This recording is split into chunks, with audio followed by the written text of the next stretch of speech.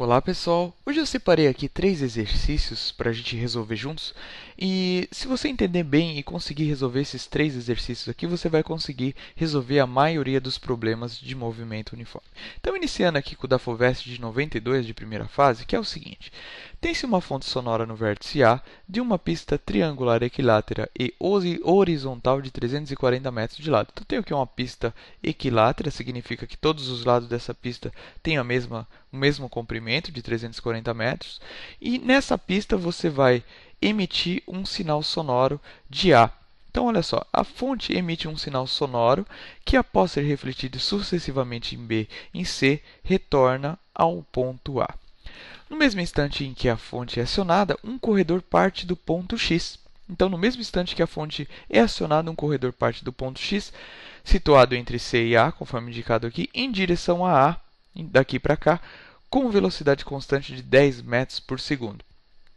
Se o corredor e o sinal refletido atingem A no mesmo instante, a distância AX é D. Então, ele quer saber essa distância aqui. O que nós temos aqui?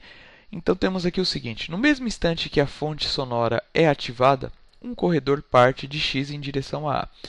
A fonte sonora é refletida, chega a A e o corredor também chega em A no mesmo instante. Ele quer saber qual é essa distância AX.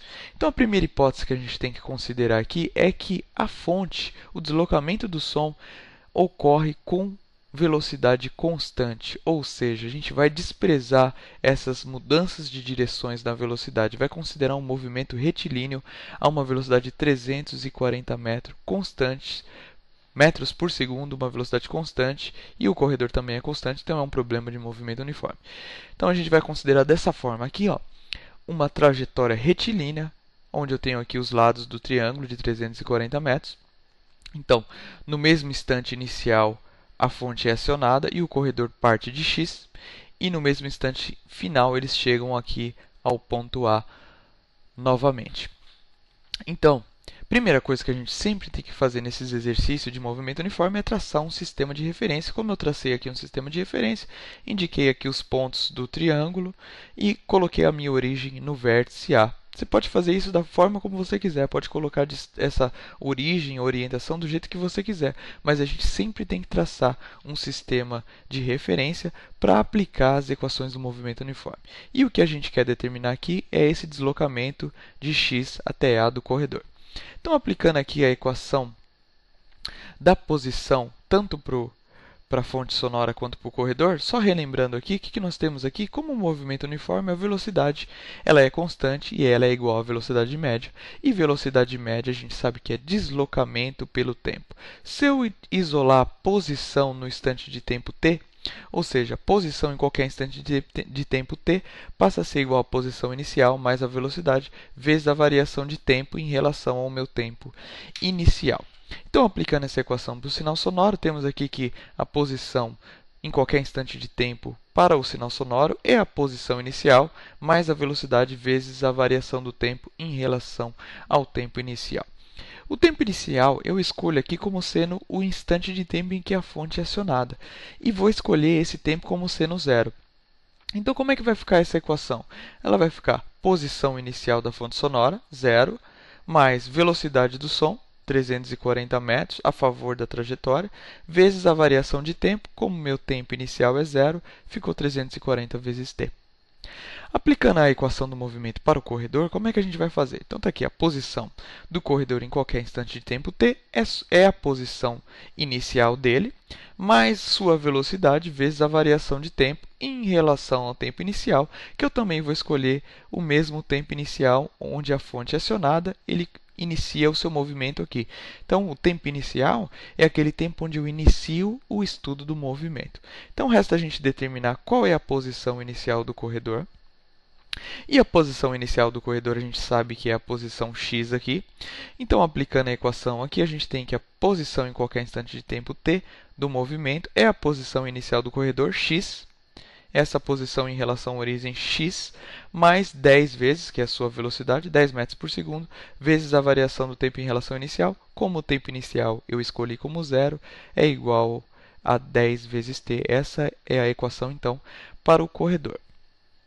O que a gente precisa determinar é esse deslocamento aqui de x até a do corredor.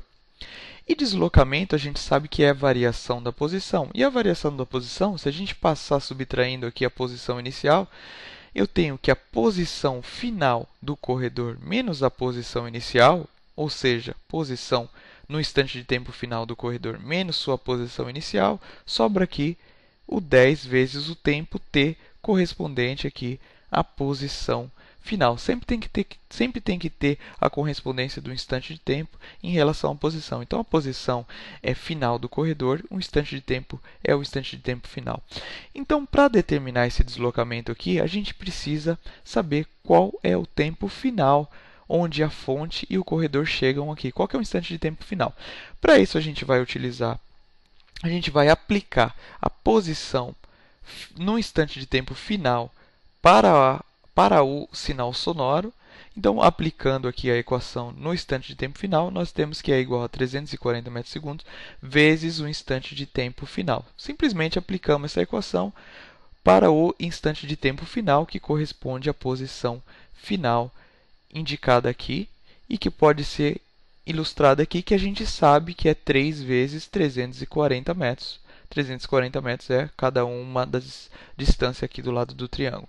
Então, substituindo a posição final do sinal sonoro é 3 vezes 340, que é igual à velocidade vezes o tempo final, e dividindo aqui a gente chega aqui o tempo final, tanto para a fonte sonora quanto para o corredor, é 3 segundos.